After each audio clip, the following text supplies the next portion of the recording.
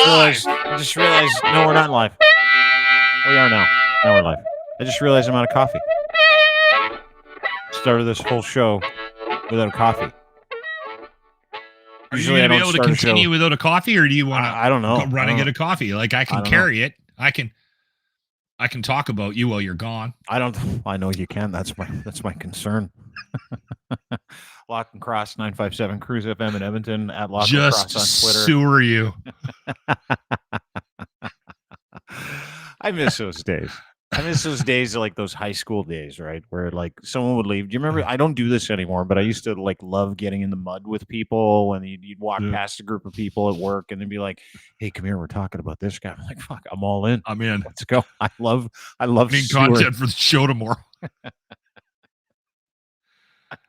Anyway, nice I desperately tried to get something out of Jimmy today because we were doing what were we doing? New Year's resolutions? No. We were doing people on social media that are annoying. It's funny you didn't come up. Anyway, and I know there's one guy that just drives Jimmy crazy, and I'm like, and as he was telling the story without mentioning the guy's name, he would not bring him up. I'm like, you sure you don't want to drop his name there, little buddy? And he wouldn't do it. You wouldn't do it because you didn't want to give him the pub. He's no, like no. There's like this competing interest in that conversation, right? Where it's like if you see someone who's really annoying, like there's and listen, Twitter is literally a wasteland now, right? And by the way, Elon Musk, the valuation of Twitter 2024 just came out today, 12.5 billion down from 44 billion that he paid for it. That's solid work in a year and a half. Not even. It's in 1 year. Like solid work. Does he care though? No, I don't think he does. It's kind of I don't think he cares, the cool part of it. But I was laughing because it's like it literally is a wasteland. If you're on Twitter, you know that. And I don't interact with people anymore. It's like I don't fight people. I don't argue with people when you're like, "Hey, this is interesting. Have a look at this." Or like, "Fuck you, cuck," and you're like, "All right, whatever, man." Like it just doesn't matter to me. But I laugh now because like the most annoying people on social media are like political people who are just trying to convince everybody that the world is a certain way. Like, I don't know have you seen the latest video from Canada's own Pierre Poilievre, Alex Jones's favorite politician? Have you not seen it? No. Fascinating stuff. Like you talk about gaslighting and misinformation. This is beautiful. And I've got a new opinion. Like I've got New Year's resolutions this year. I've got several of them. One of them is to not take any of this shit seriously anymore because you drive yourself crazy. Like you drive yourself nuts. But you've kind of been in the deep end of those waters for a while, Dean. Yeah. I've taken this stuff seriously. Like there's a serious portion to this. I'm glad you're trying to swim to the shallow end. Good for you. Political disinformation. Well, you can't be angry at it all the time. Like sometimes it's really funny. Like this one. Pierre Poilievre. He's been missing in action. He's the leader of the Conservative Party of Canada. He's missing it, and no one can find him. Apparently on some taxpayer vacation. Good for him. I don't care. But he gave a speech apparently in Vancouver this year, and they pulled some clips out of it, superimposed it on a green screen. And these clips are the best. The first clip I'll play, which makes me laugh, is Pierre Poilievre talking about how important electricians are to society. Don't disagree. Like electricians are important, right? AC, DC. You don't want to fuck around. He's always bringing up He's got a bit of a boner for electricians. I think he probably does have a bit of a boner for a dude. Yeah, it's weird. Because it's that in the wood. Like it explains the projection, doesn't it? Yeah. Anyway, I think a lot of guys that did like no actual manual labor for any amount of time in their entire lives are probably fascinated a little bit about, with people that can actually work with their hands and do something constructive in life. So that's it, because he's been a politician his entire life. Like he's got a useless, sad excuse for an existance. Right? Probably a lot of electrician porn on his browser is what I'm thinking. But anyway, I want you to listen. Weirder stuff out there. Probably. Yeah. I want you to listen carefully to how he thinks we get our electricity. I mean, this is a televangelism 101. With some really key components mixed in. Like, tell me you didn't say it comes from Jesus. No. Well, let's watch it together. The electrician who captures lightning from the sky, runs it through a copper wire to illuminate this room and light up the world is not ordinary. He is extraordinary. That is extraordinary. I have a couple of electrician friends. Let's watch it again. Let's watch it again. And I want to hear. Well, hold it. I enjoy them as people. I want to hear from you. But they're not magicians. They don't. They don't. I'm going to start calling my buddy Mark Gandalf. They don't wrangle lightning from the sky to put it in. Hey, Gandalf, how did you fire my building? The electrician who captures lightning from the sky, runs it through a copper wire to illuminate this room and light up the world is not ordinary. He is extraordinary. I think a lot of times what ends up happening is you're trying. Listen, I'm not trying to make excuses for Pierre because that's pretty dumb, but whatever. I think a lot of times what ends up happening is you're trying to say something extraordinary about the working class. He did. That's extraordinary. He thinks that electricians get us electricity for our homes and these lights and these computers by wrangling lightning and stuffing it in a copper tube. That guy wants to be the best. You know what? I love it. Dean, I'm not even angry, dude. Like, I'm not even angry anymore. It's just like the cream has risen to the top. And this is what we have. And listen, I know that you don't need to tell old Locker that he, well, you couldn't do it. I know I couldn't do it, and I'm not going to attempt to do capture lightning. But I'm talking about running in politics. But you got people now. We're at the bottom of the barrel, and so that's who's at the top of the pile. That's the next option for the conservative leadership of that.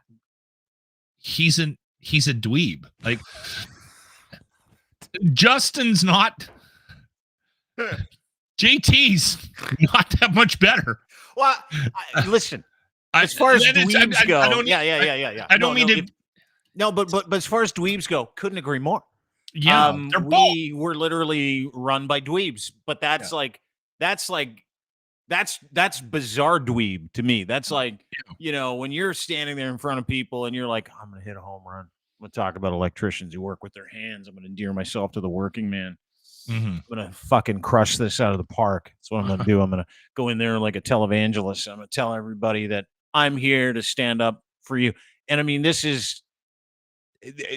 you can't write this. You can't, like, someone had to say to him, hey, dude, you're going to have to endear yourself to these hardworking people, and you need to come with like a televangelist sort of vibe. He's like, got it. Totally understand. I'm going to celebrate electricians today who wrangle lightning from the sky in a field with a lightning rod and capture it. And then they send it down the line into these copper tubes so they can give us light for rooms like this. Dude. Speaking of experts, and here's the thing. I got to this clip a little too early. This is what I love about the guy now. Like, things I used to hate about him are the things that I actually love about the dude. This is him in a girdle. Again, same thing, green screen. You can see the lady in the front row. There's like two or three young ladies yawning because this is all superimposed. None of it's real. You think he's a girl? Yeah, he's totally wearing like man spanks. I'm pretty sure, which makes me laugh even harder. He's got the glasses off. Do they work? Man spanks. Apparently, yeah, they keep the gut in. So good for him. He's trying to come clean with a new look. But what I loved about this, I should try the spanks. No, I don't think you did. You look good, dude. You're a yoga guy. You look good. But what I love about this clip, and I want you to, no, it's not a great Spanx look, or it might be a bulletproof vest. I don't know. A lot of politicians wear them. Trudeau wears one all the time. But anyway, it doesn't matter. What matters in this clip that your boy PeePee put out, Pierre Poilievre, hard right, alt right, conservative leaning leader of the Conservative Party, ahead in the polls, might be the next prime minister. Good for him. He's killing it. I have a feeling what's interesting. I don't think he will either, but whatever. I think we're going to get him. I think he's going to win. Yeah, maybe. Which would be interesting because I want you to listen very carefully to what he plans on doing. Stop listening to educated people. Stop listening to experts. Do what you want. Speaking of experts, we're often told that there are these brainy people who have a higher standard of virtue than the unwashed masses, that they have to decide for all of you and all of us because they just know better. All of us, well, we should just do what we're told. They should decide what we think and say and what happens with our money. You see, Justin Trudeau really has only two core principles. And that is, these are those principles. One, that the state should control everybody. And two, that he should control the state. Right?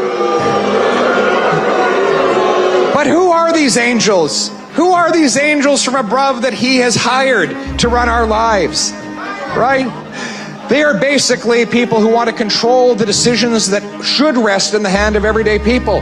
But how can we be sure that the people are wise and virtuous enough to decide for themselves? Aren't they just ordinary people? Ladies and gentlemen, I have held about 120 rallies in the last year and a half since I launched my leadership campaign, and I have a policy that at each and every one I stay until every person who wants to meet me has shaken what? Did you hear that? Did you hear what he said? Did you hear what he said? Which makes me laugh. I mean, he's basically telling people at that rally, which he's told, apparently 120 rallies. People, don't listen to experts. These people think you're unwashed. They think you're disgusting. So he's vilifying anybody who isn't an expert in any subject, any doctor, anybody who's not a doctor, anybody who's not a lawyer, anybody who's not an engineer, anybody who doesn't have information through a series of educated degrees, right? He's vilifying anybody who's achieved anything academically or intellectually, telling his people at that rally, he's like, don't listen to him. I will say this. I mean, it's awesome. What he's here's my thoughts about where we're at, dude. He's talking about the purge. Like, fuck. Why bother listening to experts like law enforcement experts? Why bother listening to health experts? Do what you want. Vote for I will say this. Yeah. And I've sort of moved into these waters lately, and it's the new year, and this is a really negative sort of outlook on where we're going. And so I'm feeling a little guilty about that, but I have a very strong suspicious feeling that we're going to see a massive increase in extremism in this country and around the world. And just if we just talk about Canada, just for instance, as a microcosm of that, because it is happening already. We're already seeing it. And you're seeing politicians step up in very public situations and do crazy things and say crazy things. I mean, Christ, Trump is down in the States holding rallies using rhetoric that Hitler used in World War II. And it works. Here's the thing that here's where I think we're at. And this is kind of a warning, I think, to people. And I don't know how to pivot or turn this around, because I think it's sort of a downhill thing right now, and the momentum is building. Mm-hmm. And I think you better get used to it. And this isn't an East versus West. This isn't a right versus left. It isn't. It's none of that. Our lives are becoming so much more difficult to live. We got so many people in our pocket, and people are getting angrier and angrier, and it's being fueled by the politicians, and it's just making it worse. And both sides are equally to blame. And I honestly think the reason why politics is the way it is right now, the reason why it's going down this path, is because they realized that a big chunk of the population has just given up and stopped actually engaging. They've turned off news. They've turned off Terry at work. They're so disgusted by what do you watch news. Here's a question for you. Do you watch news? I don't watch it at all anymore. Like nothing. I'll read what I need to read. I go to certain sites. I refuse, dude. I'm like, to your point. Yeah, you're right. Like that's one of the things, and I highly encourage everybody to do the same thing. Turn off your TV. Stop watching. But hold on. Let me just finish. I'll get to the end here. I swear. I think we are now living in a world where politicians and political parties are aware of the fact that the only people left voting and left engaged are extremists. Mm-hmm. And so they hyper focus their energy on those groups. And again, I don't know what the answer is, but I mean, I know what my wife and I make, and I know what comes into this house on a monthly basis. And if this was 1982 and we were making what we were making, I'd be absolutely freaking loaded. And I'm not. I'm check to check. The wife and I am seriously worried about any chance I have of retirement. And the thing is, I'm one of the lucky ones. I can still actually cope. I can't imagine what people are doing with families right now, trying to feed them, trying to get them into activities. All that's happening in the next couple of years, unless something drastically changes, people are going to get angrier and angrier. People are going to get more desperate. I can't believe any politician that says out loud anything like, I don't know why we have such a homeless problem. Man, those numbers are going to triple. Yeah. People are having way more difficulty getting by, and they're coping with alcohol. They're coping with drugs. I hate to say it. I mean, Happy New Year, everybody, but things are not, That's a nice Happy New Year. Well-placed Happy New Year. It's like gas is going up for everybody, dude. Like for everybody, and that doesn't make it easier for individuals to get by. No, it doesn't. And dude, I'm one of those people. Like you're one of those people where I think a lot of people think that just because you got a radio gig, everything's fine. Just because we have a media company, everything's fine. No, it's hand to mouth. Every single month that goes by, we're looking back, trying to fill up the coffers for the next month because people are getting madder and madder. People are getting angry that everything costs more, and I understand all that. But the rich are getting richer. There's no middle class anymore. And the left thinks it's the right's problem, and the right thinks it's the left's problem, and everyone's yelling at each other. Right. Politicians just continue to find new and exciting ways of screwing us. And you know what? I said this out loud. I've said it multiple times on the radio show on the Locker Room. And again, I hate being like this, but I can't be alone in my thought. If Americans paid the kind of taxes that we pay, there would be they would burn that country. If you took what we pay and how much money comes off our checks every month and transferred that to the United States of America, they would burn that country to the ground. I don't know what it is about Canadians, but we just accept it. We do. We've been taxed like this forever, so it's just boiled frogs. Nobody that whole argument, and I love you, but that whole argument is like, dude, if anybody was introduced, went from like 25% tax bracket at the max to a 50% tax bracket tomorrow, of course they'd fucking lose their minds. Like, I understand that, but my point is this: is that we sit here and argue. We sit here and talk about, we're all under the thumb. We're all under the dude. At some point, we're going to have to start laughing at this. Like at some point, we're going to have to start going, woe's us. No. The problem is that fucking humorous to me. No, you have to. You don't have a choice. You have to. You can't. What other choice do we have? You want to sit here and continue to be angry that you can't make ends meet, or do you just want to fucking say, I'm not going to watch the news anymore. I'm not going to buy in any of the rhetoric about who's under the thumb, because nothing will change if this guy becomes the prime minister. No, that's not me. That's not me promoting. That's not me promoting the liberals versus the conservatives. I know. We have no choice.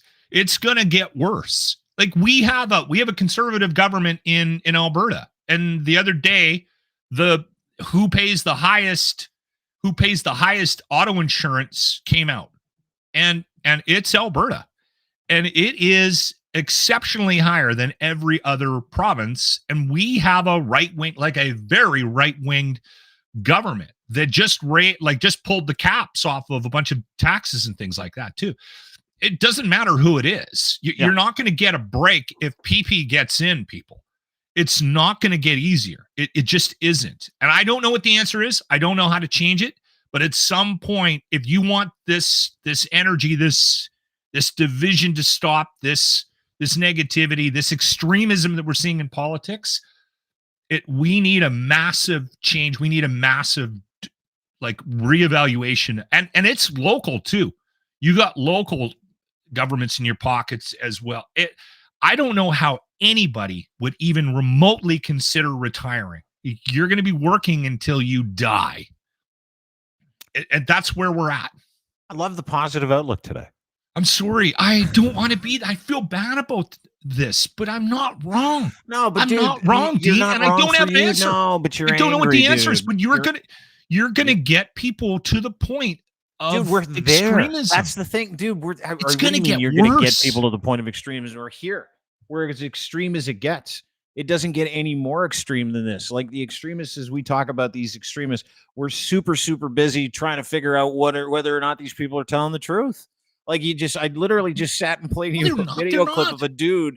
I literally just sat and played you a video clip of a dude who is in line to become the next prime minister of this country. You want angry, right? Who basically just said, "Can't believe this is awesome." Oh, but we've been electricians. For 8 years now. We've been getting bent over by the liberal government, who's been gaslighting. And I'm not getting into the two-party bullshit with you today. I'm not doing that. I'm not doing the what about the liberals that gaslight. I'm saying as a microcosm of where we're at, right? If we all don't start laughing and mocking the low-quality individuals who head up and are involved in politics in this country, if we don't start actively mocking them for this shit, or Justin Trudeau for his shit, if we don't start taking a lighter-hearted approach, to your point, we're going to blow. Like, we're going to snap. And I can't look at politics in this country through that lens of extreme hatred for each individual. It's not in me, right? It's not. I don't have I'm not talking about the individuals. I'm talking about that are running for the parties and being angry at them. I'm talking about this growing. We can't be angry at stupid people anymore. We have to start calling stupid people what they are. And listen, we do not have super smart people that govern us. And we don't have super smart people in each one of these provinces. But it's really, really simple for me. When I listen to a dude who literally wants people to vote for him so badly, wants to run up the score so badly, he'll convince a room full of people that electricians get lightning from the sky and put it in copper tubes. Like, this is like beyond the pale of anybody should take anybody seriously at all. It's beyond the pale. It's not even like, and we're sitting here having serious discussions about it. There's no serious discussion here. These people are unserious people. That is an unserious man. And he runs an unserious party. And I happen to believe every single political party in this country, and really there's only two of them, right?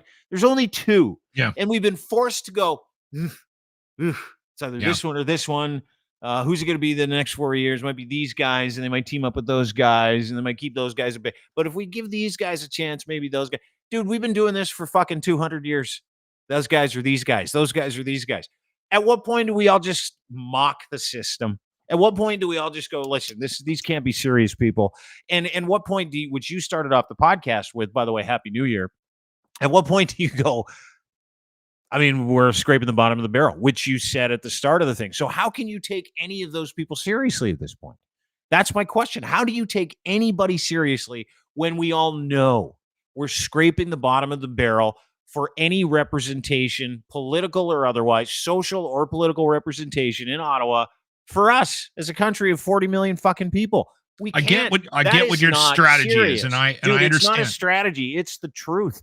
This is like, I cannot continue to dedicate serious time that requires serious thought when they're not being serious. Anybody's not being serious. And it's, you know what? And you say it's both sides, and I'm not here to stump for one or the other. We are bankrupt when it comes to leadership. And the only people that I see showing real leadership at the moment are the people who didn't show real leadership for the first 7 to 8 years of their governance of this country. Now they want us to take them seriously. Dude, I haven't been taking any of these people seriously for years. So I'm not going to dedicate any more of my serious, hard-earned mental capacity to anybody who says, you know what? Lightning in a bottle. That's how we get electricity. Really? That's incredible. Because it's followed up by other things. That guy's probably going to win. Like never listen to experts. I am interested now in a society, a Canadian society. Don't tell me you're not, because I am. I am interested in a Canadian society that has no experts, no guidelines, no governing bodies, no gatekeepers. That's called chaos. And if you've watched the movie The Purge, any one of the 5 Purge movies or 4, that's what we're talking about. And we've got people seriously going, that's my guy. I mean, come on. Like, at what point do we start mocking Dean, the entire machine, dude? I think like, at what point don't we start mocking the entire machine? People desperately want a new direction, so they're willing. Because, and I've said this before, and this is not something that I came up with. I heard it once, and I went, "That's so true." Whenever I have gone in to vote, I've always done it with an attempt to try to get rid of the person that's in power. Right? We don't vote people in. People don't get in based on the strength of their character. We're done with the party that's ruling, and we're upset that we're at where we're at. And then we think that if we vote this other way, there's going to be some change. And then that change doesn't come. And then we let them run it for 4 or 5, 6, 7, 8, 9, 10 years. And then we go back to the polls and we vote to get rid of that person. And that's where we're at politically. So but those people used to be serious people. That's my point, is that none of these people are serious. You can't take the dude seriously after we listen to what we listen to. You can't. You got to mock it. I mean, and it's just the way it goes. And then they go, I'm not on board with you're on the mocking thing. Oh, I'm so on board. Get on board with it. I can't get on board with that as a solution to our problems. You're making it sound like if I just mock them all, taking them seriously, life is going to be better. Dude, yeah, I do. And let me show you an example of that. Frank Magazine. You ever heard of Frank Magazine? You ever heard of Frank Magazine? I don't know Frank Magazine. It used to be this satirical political magazine. It's kind of like funny. The Onion? Went away. Yeah, it went away. Onion actually went away. Came back, distinctly Canadian from the East Coast. So they dubbed in some I'm more of a Beaverton guy. I know you are. I'm a big Beaverton guy too. So they dubbed in some stuff, and you got to listen to this. This is great. We need more of this, because these are unserious people. It requires an unserious response that bases unserious people and unmasks them to be the jokers that they are. This is one of the fireside speeches that PeePee put together, Pierre Poilievre, and it's very funny. And it talks, and they dubbed in some AI voice work over top of it. And legitimately, listen, if someone did this to Trudeau, I'd laugh just as hard. But you have to. This is how you have to start looking at politics in North America. You have to. Let's watch it together. So what does batter dipping the corn dog mean to me? Well, obviously, it sounds like a fun Sudbury Saturday night. When I ran for leader of the Conservative Party, I said my recurring dream was of a snake disappearing down a stack of sour cream donuts, and yet I won. So I think people who feel like they don't know when to shut up can take heart from that. A lot of young people can't afford underpants. They don't even know how to put them on anymore. It's a tragedy, so I wanted to give them a sense they could take back control of their lives, one leg at a time. When I became leader, I pretended my wife and I had a great conversation about how we could convert that into Bitcoin using very human language. Ukrainian, maybe. And she suggested batter dipping the corn dog. It sounds better in the original Ukrainian, but it means taking back control away from the Rockefellers and bringing it back home into the hands of the average idiot, back into your own home, giving parents control of the remote so the CBC stops making your kids gay. In conclusion, take me. I'm yours. Your destiny, your fate, your doom. Together, let's batter dip our corn dogs and build the kind of Canada we crave, like the purest fentanyl, pharmacare or no pharmacare. Whether you like it or not, that's the plan. Yeah. Good luck. You're going to need it. Come on. Tell me that's not, like, dude, I watched that this morning and I'm like, that doesn't fix anything. I'm not here to fix anything. Mocking it can fix it, because if you mock someone enough, they'll get really angry and quit. Like, if you do it, and I mean, it has to be a 40 million strong effort where we literally put all of our energy, all of our effort into mocking what's the alternative? That shit. What's the alternative? The alternative is mock it. No, what's the alternative? If he quits, what else do we get? Who cares? You're just going to get another idiot that we're going to make fun of because they're in it for the wrong reasons. All right. Like, dude, like this is what we should be doing. We should be less CNBC, less CNN, less Fox, and we should be more Frank Magazine. We should be more Crier Media. I love that stuff. I do. I just don't think it's batter dipping the corn dog. What does it mean to you? I'll tell you what I think it means, but Frank Magazine, well, all tongue in cheek. But we got to have more of that. Got to have more of that. You can't keep taking this shit seriously. Dude, and I'll tell you what, here's the other thing. You know what'll happen if you stop taking these people seriously? They'll work harder to get your attention. No. And then they'll get discouraged because they can't get it. And then you take all that agency because, dude, here's the thing. This and it dawned on me watching that today. It dawned on me. Hang on, let me finish. It dawned on me watching. If you mock it, you remove all their agency. You remove any power that they might have over you, your timeline, your mood, your state of well-being. Like you literally have to, and you have to be able to look at what they say and go, okay, well that doesn't match up. Like literally, when I heard him talk about catching lightning and putting it in copper tubes, that's what electricians do. I started laughing first of all because I was almost positive that doesn't happen. But I Googled it, and I happen to fancy myself as someone who's pretty smart and likes to double check stuff. What about the people that aren't? And I'm like, my God, this is too much. I have to mock this. So the more we mock, the happier we'll be. I don't. No, I'm serious. It's got to be the MO for 2024. That's one of my New Year's resolutions. Mock more people in 2024, and the other one is shut more people out in 2024. That's what I plan on doing this year. Well, now you've just been hanging around with me too long. No, I'm not. Dude, I can't accept. Do you know how many people we've gotten rid of this year because it's like too much time? I've got no time for that shit. Like at least 7, where I'm like, I can't deal with your stuff. I can't. And to the point where it's you're part of the problem, though. I've talked to you about this. You are part of the problem. I'm not part of any until problem. You become self-aware enough to realize that you are, then I don't think things are going to change in your life. And maybe this is a step in the right direction, Dean. But I've talked to you about this. You have this ability.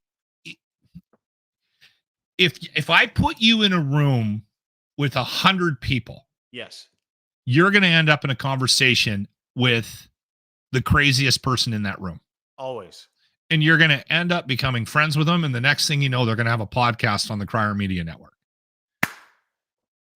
That's you. That's on you. I've watched this over the last couple of years. Okay. And when you've ended up in a relationship with somebody that you're worried might be insane, what do? Give them a podcast. You call your friend Locke. And what does Locke do? Warns me. I say to you, dude, listen, I can't tell you what to do. And I don't want you to not give this guy a chance. Yeah. But that person's insane.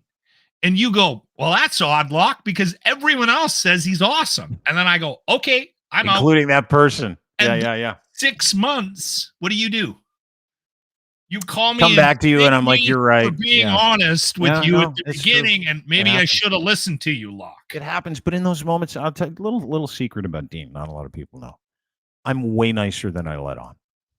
And so when I see someone who's struggling, right? Yeah. I'm like, okay, I'll help you. Come on over. Let's go. To the point where it damages me, right? And so I came to a conclusion. Again, with the same thing with the politics and all the bullshit. I came to a conclusion this holiday season. And it wasn't like my New Year's resolution in as much it was like this commitment to myself. Yeah. To free up more time by refusing to work with crazy people. To free up more time by saying to people when they're like, I could really use an opportunity, going, yeah, it's not happening here. Because I don't have the bandwidth for it. Because you know what I noticed, and my girlfriend said this to me, she's like, you give everybody all this time, right? Yeah. And then you have no time for yourself. And then you're like scrambling to put shit together. You're scrambling to get your podcast on here. You're scrambling to do these things, and everything else suffers because what you do is you spend so much time. And you know what? I didn't notice I did it. And I'm not talking about this because I'm some kind of personalized hero for people, because I'm not at all. Because I had to make a hard decision in the last month and a half. And that decision was, I can't work with people who are too much work. I cannot do it. I can't work with people who take more than they give, right? And I think in life, it's a pretty good rule to live by. Like I like the idea of being that person. I think everybody does. You like the idea of being that person. It's like, I'm here for people. I'm here to help others. No, I'm not. But I'm not here for that anymore. No, I don't like the idea of being that person either. So you don't put that on me. I think in general, people do. Like when you see someone that's suffering, right? You're like, I want to help that person. I've always been that guy. That's fair. And you're like, I could go help that person. But the second that you help that person, traditionally what happens is they're like, great, I've got this guy on the line. I'll just continue to take from him. Like there's nothing reciprocal about that. No one ever goes, you're one of the very few people who's like, hey, I need to talk to you about something. I'll call you, you'll call me. And it's reciprocal conversation where it's like, how are you doing? How's life? Oh, my life's good. How's your life? My life's good too. What have you been up to? Oh, I've been dealing with this thing. Great. Let's talk about it. What have you been up to? I've been dealing with this thing. Well, let's talk about it. As opposed to that person. And dude, we had so many of these people around here over the past couple of years, and it's a complete change in scenery for me and for other people where it's like they pick up the phone and you go, hello. And it's like, okay, I'm dealing with this. And you're like, okay, hi. First of all, nice to talk to you. And then they launch into this thing that they need. I need these things from you because that'll make me happy. I need your time because that'll fix me. And I can't do it anymore. Like I literally can't do it. It's to the point where I'm like, I'm out. I'm out of that business. I'm out of that business. I'm out of that business. Where I thought to myself for the first time, specifically over the holidays, if you put more time into contracting, if I put more time into just doing what I need to do for me and for this business, not for other people to make this business better, this business would be much better than it is today, right? The business of Crier Media, the podcast, all the other stuff. And I think for a long, I don't know what it was, for a long time, I thought, well, if I can just be nice to these guys and they'll come on and they all help them and they'll help me, it'll be this reciprocal thing. It doesn't work like that, because what I forgot was people are assholes. Like I forgot that people will take from you what is yours if they can. That includes your time. That includes your money. And I'll tell everybody the story. So we got into business with these two guys. Long story short, they stole a bunch of money from us, like a bunch. And they stole money from another dude. And it's something that we're going through right now. And it's a long story and I don't want to say it. But these guys endeared themselves to everybody with like, I love you, brother. You're this, I got, you're awesome. You're right. And it was one of the greatest lessons that I've ever learned is when you do business with people, they might not be in it for the same reasons you are, right? They might be in it just for themselves. And that actually happened to be the case. That happened to be the case, to the point where it was like, I don't trust anybody. And that happened, probably about 2 months ago, 2.5 months ago, and I've told you about it. These gentlemen, they come in, we're doing some work with them. They're like, hey, we need some money for this. And we're like, okay, it fits into our plan for that. And all of a sudden the fire hose is gone and we don't see anything. We don't see the MVP, the minimal viable product. We don't see what we've paid for. And then we can't get a hold of these guys. And now we've got a hold of them. Now we'll go up the flagpole. Doesn't matter. What matters is that lesson to me was like, dude, you cannot trust anybody with your money, your time, your secrets, your vision. You cannot trust anybody. And I wrestled with that for a long time. And as we got into 2024, how it impacted me, and I think that this story, just to share with other people, is that I think you have to decide at a certain age whether or not you're going to be your advocate or you're going to be altruistic. Are you going to do what's best for you in these situations? Like, are you just going to hope that everybody else shares the values you share, isn't going to rip you off, is going to help you because you're helping them, that it's a real reciprocal thing? I don't know that exists anymore. Like, I don't know the idea of you put your stuff in the middle, I put my stuff in the middle, you say your piece, I say my piece, we have a decent conversation, we go about our business because we're just here trying to get sharper, trying to get better, trying to be smarter. I don't think that exists anymore. I don't think as a rule, you can trust anybody that you're not related to, that you don't have this incredible relationship with, or at least you don't have a very serious book of historical examples that'll tell you about that person.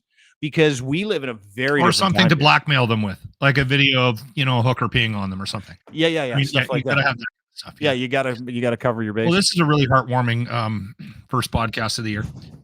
can I say something? Yeah, for sure. So with you and I feel bad for you because you're kind of at a point that I was at in probably 10 years ago.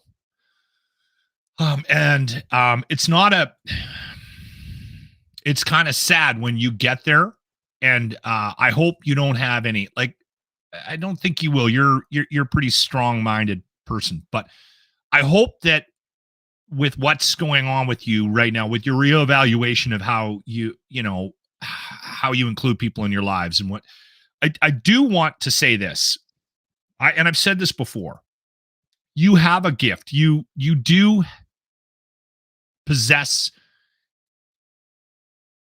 if it's empathy, I'm not sure what it is. There's something about you, Dean, that you're very easy to talk to, right?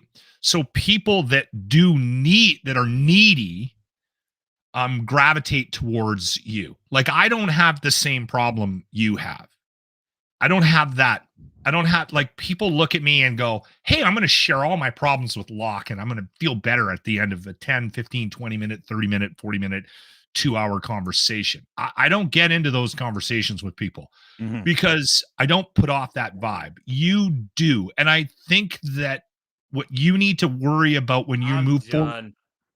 No, hold on. I think you need to worry about, you can't just, it was easier for me to shut the door on toxic relationships and needy people that just take, because I don't have the same gift that you have. I don't have this outward persona where, like, if I walk into a room of people, the needy people don't come to me because they feel like they're going to get something. They look at me and realize, oh, that door is shut, I'm going to move on quickly. And I've been like that my whole life. You got the big RBF face that everybody talks about, where it's like, I can't talk to that guy. Look at his face; he is unfriendly. And maybe that's I need to look more unfriendly all the time. That's who I am. You as an individual, you are that way, and you just need to, I think, adjust. Not so much your approach to life, but you just need to adjust who you let in, and be a little bit more careful, because I still think you will get some. I know you get some satisfaction from helping people. I think you just need to establish some parameters on who you bring into your life and what kind of help you're going to give those people. Yeah. And I don't know what that is, Dean, but I would caution that you will. No, the answer is no help. The answer is I'm done. And you have to put those hard boundaries in I worry place. about that for you, because I think you're the type of person that needs to have that in their lives. You need to feel like you want to help people. No. See, and this is the thing, is I don't feel, 100%. Is it like there's this idea that you have to be friends with everybody all the time, right? It's like a family. There's this idea that you have to be, again, I don't buy into that. No, I don't either. But the idea that if you're liked, it's a good thing, right? And as someone who always, and everybody likes being liked, but over the past several years, and I don't know if it's philosophy, I don't know if it's where I am, I don't know if it's the reading that I do, I don't know if it's the therapy, I don't know what it is. But I really stopped giving a shit. Like, really, really stopped giving a shit about what other people think. The way other people respond to me. It doesn't matter to me. Like, it really doesn't. That's why I've got no problem doing stuff on Twitter that I do. I've got no problem pushing back, because I stay in the lane of the values that I have, right? Which is, courage, wisdom, temperance, justice. Everything outside of that doesn't matter. Be of good character, acts for the common good, all those things, but really control what I can control. And I've realized in time, and I think that this is something that's really important for a lot of people to realize, and I think really important, and something I wanted to get to today, really important for people who are people pleasers, right? As I am a people pleaser. You are not. But when people are not happy with you, it bothers you, and you want to know why. No. Generally, that's not fair. Okay. That's no. Then you've got no problem shutting the door, and I need to be better at it than you are. But it's a gift of mine. I don't care what people think. If they have an opinion of me that's wrong, sure, then that will spin me. Like, I'll spin on that for. Yeah. And if they voiced that opinion or shared it, that's reputational, all those other things. But to truly not care about what anybody says or thinks of you, do you know what kind of do. superpower that requires in And 2024? and even though I say it out loud that I'm good at that, I'm still, and I'm Still probably bothers you. way better at it than you are. Yeah. No one is, like, everyone does care. There's just degrees of how much you care. Yeah, right? but I wanted to get to the point where I cared zero. Like the only thing that I wanted to matter to me was being able to navigate my life daily, right? To be able to function as a happy individual. And I noticed over the past 2 years from working with other people, Yeah. that's not possible if you're always trying to help others. It's just not possible. And so I can only now help people that are in my sphere that want to be helped. I can only actually work with people who want to do the same kind of work as I do.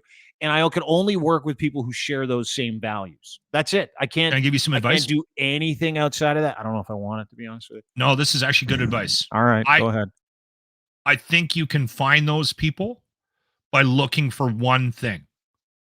If they can actually legitimately present gratitude back to you for what you've accomplished, for what you've done for them. Self-awareness, I believe they call that self-awareness. Yeah. I think there's a real lack of that in the world that we live in. And that's one of the things that I tried to pass on to my daughters. And my daughter came to me a couple of years ago, actually my oldest, and she said, you know what?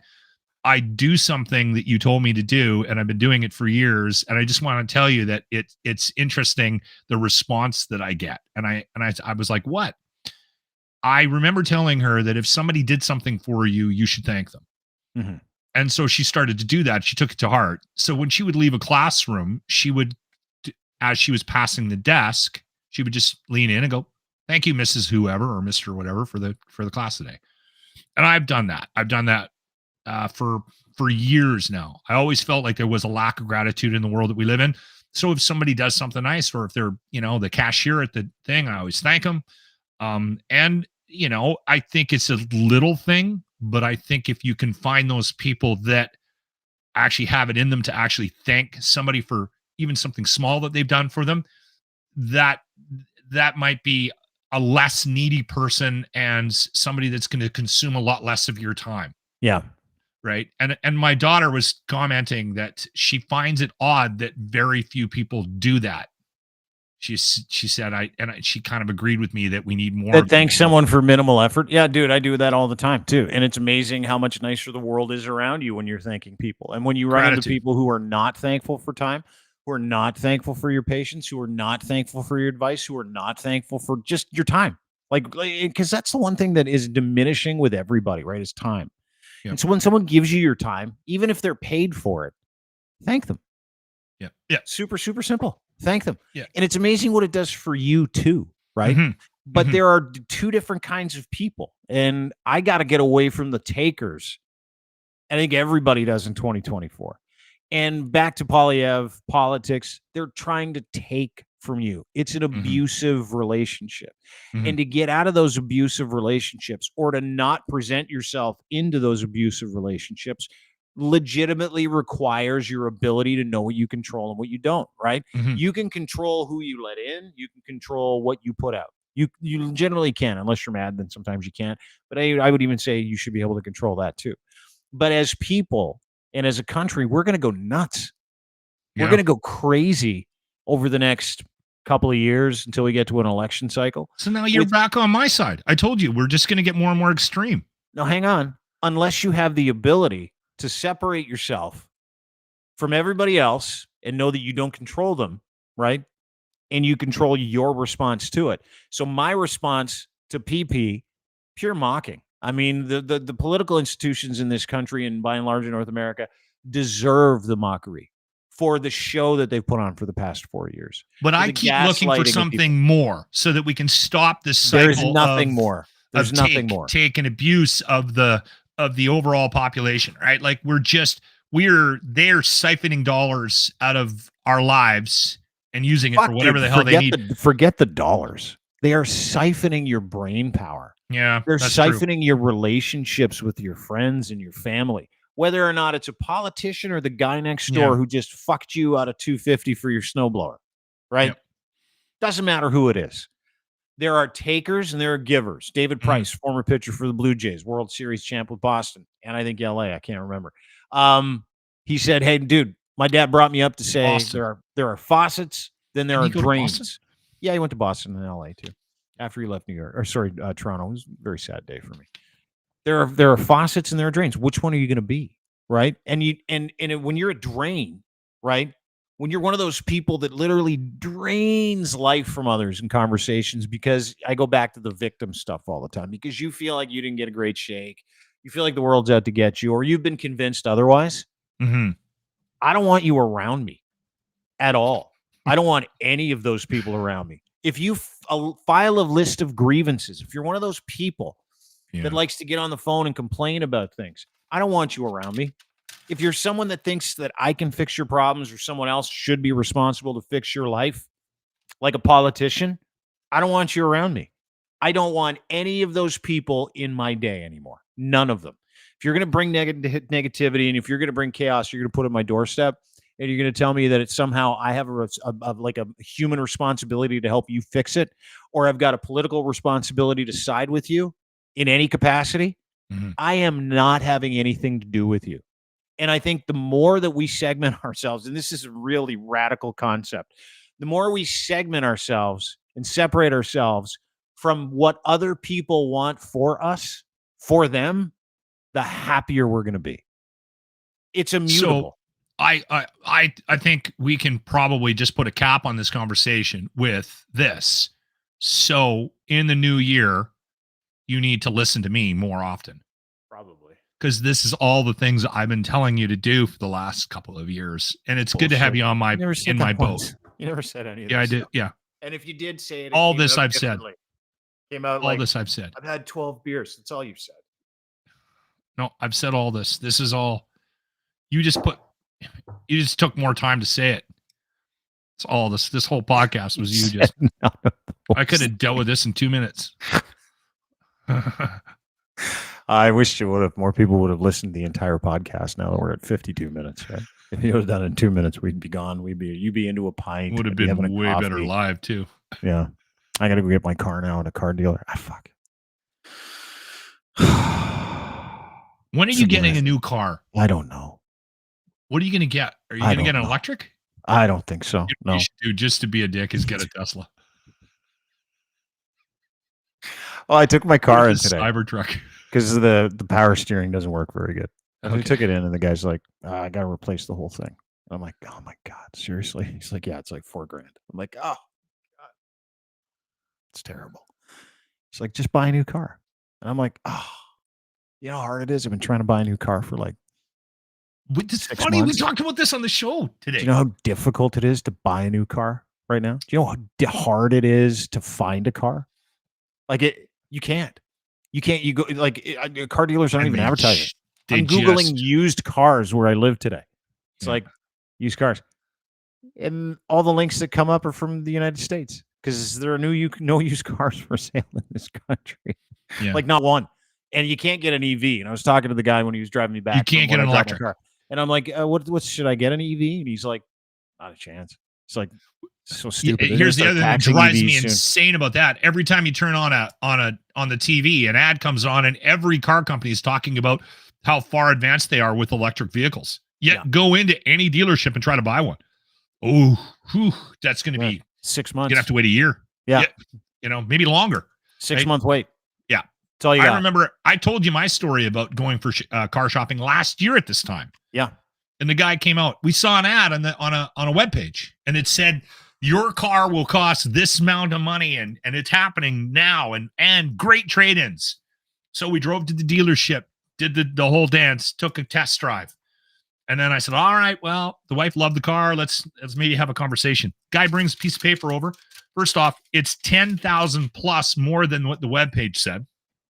Okay. And he wants to give me $5,000 for my car, which I know I can get 15 for if I sold it privately.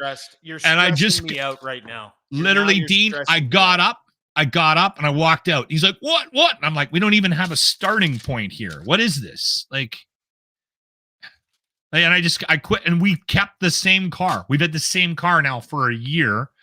And I'm honestly, we got to start shopping again. And the thing is, I said to the wife, I think we should probably get a hybrid or electric or something, because the price of gas is going to be like $9 a liter here within the next 2 years, especially if the Liberals win, because you keep the scaring mechanic everybody told me about today? PeePee. Yeah. Okay. Here we go again. Yeah, the mechanic told me today, he's like, dude, it's a matter of time before they start taxing electricity so that they can recoup, because like your government wants that gas money. They want the tax gas money. And I'm like, really?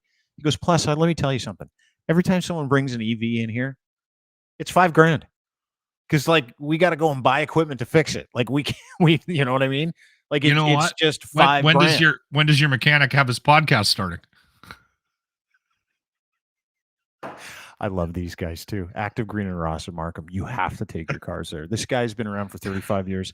He's like super involved in the community. He's the kind of guy that's like, okay, I only charge. So when's his podcast coming? These things. He's a good guy. No, he's like a total normal guy. He doesn't want a podcast. He's totally normal. He's like, yeah, no, I'm good. It's like a normal. Okay. Yeah. Write this down. No, I'm going to go recruit for new podcast hosts at the Insane Asylum just north of me, actually. That's what I'm going to do. You've been doing that. You've been getting the X radio people on. What did you think you were doing? I can't possibly be the most normal radio guy in the world, can I? No, I am. No, fuck I'm the most You're sane. the weirdest guy I've ever met. That's bullshit. Oh, yeah. I'm the one guy that you've been on the air with the longest. You just keep showing up. I love it. That's because you're bored in the afternoon. Thanks, dude, for doing this. This is a good one. I enjoyed this. I did too.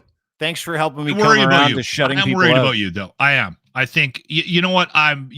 People take advantage of you, and I've mentioned that to you more than a couple of times. It's been a concern of mine. People are selfish with your time, and it's unfortunate. And I think you need to find a way of still allowing people into your life, though, because I think you have the type of personality, Dean, that gets something from that. I know that you get something from helping people that need it. Yeah, not anymore. I just think you need to. I'm done. I put away the helping handkerchief. I put it right here. I'm no longer going to take it out. Hey, love to help you. Nah, I'm good. I'm out. I'm done. All right. This is a good one. Thank you for having me. I appreciate you being here. Thanks so much for your time. By the way, I have stopped texting you. Thank you for the, because you started making fun of me for those texts. What are you talking about? Well, a couple months back, like 6 months ago, you started making fun of me, but sending you the thank you texts, the gratitude texts.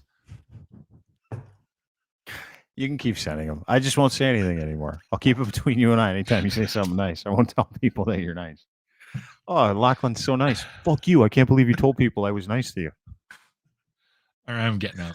Talk to you soon. Lochlin Cross, 957 Cruise FM in Edmonton. Give him a follow on Twitter at Lochlin Cross. Thanks to our friends and partners at Cantork for making this possible. Check out their new website, cantork.com. They make rugged, hardworking torque wrenches. They're totally reliable. You can trust them. They have unparalleled expertise in manufacturing, distribution as well. And they're hiring if you want to become a distributor, offering total solutions under one roof. Go to cantork.com for more information. Talk to my friend Colin. If you need a torque wrench solution, a custom bolting solution, there is no one that can make a better custom bolting solution for you in the world, and they're in Canada, manufacturing in Canada. Go to cantork.com for more information. We're also brought to you by our friends at Muse on the Mic. New podcast. You can go and choose your Muse at musemassage.spa.com, or you can download their podcast, learn all about the world's greatest and oldest industry, Body Rub Parlor, 1290 Finch Avenue West. Check them out. Enjoy their services and go and download their podcast as well. Muse on the Mic, taking you behind the scenes in big advocates for the sex work industry as well. They kind of walk you through it, educate you, talk about men, talk about responsibility, and talk about the women, which is incredible. And they're powerful people, great entrepreneurs. Muse on the Mic, great podcast. And of course, brought to you by Canada's luxury underwear, Gitch, engineered for any level of performance as well as everyday life. Buy 3, get 1 free. Use promo code GITCH3 at checkout, and you can use their underwear, their boxer briefs, for pretty much anything. Super breathable. You can run, walk, sprint through your day. Barely their fabric, moisture wicking. You'll never want to take them off. You get an extra 15% off when you go to edsfineimports.com. You order them online, and you'll get one at checkout when you buy 3 or more if you use promo code GITCH3, edsfineimports.com. Have a great day, everybody. Appreciate you being here. Thanks to everybody for spending some time with us. We appreciate it. As always, you can get everything to at Crier Media, crier.co. You can also get everything we do on YouTube. YouTube, Crier Media, Dean Blundell Show on YouTube, and you can get everything to audio versions of the podcast wherever you get your fine audio podcasts. Have a wonderful day, everybody. Thanks for being here. Really appreciate your time.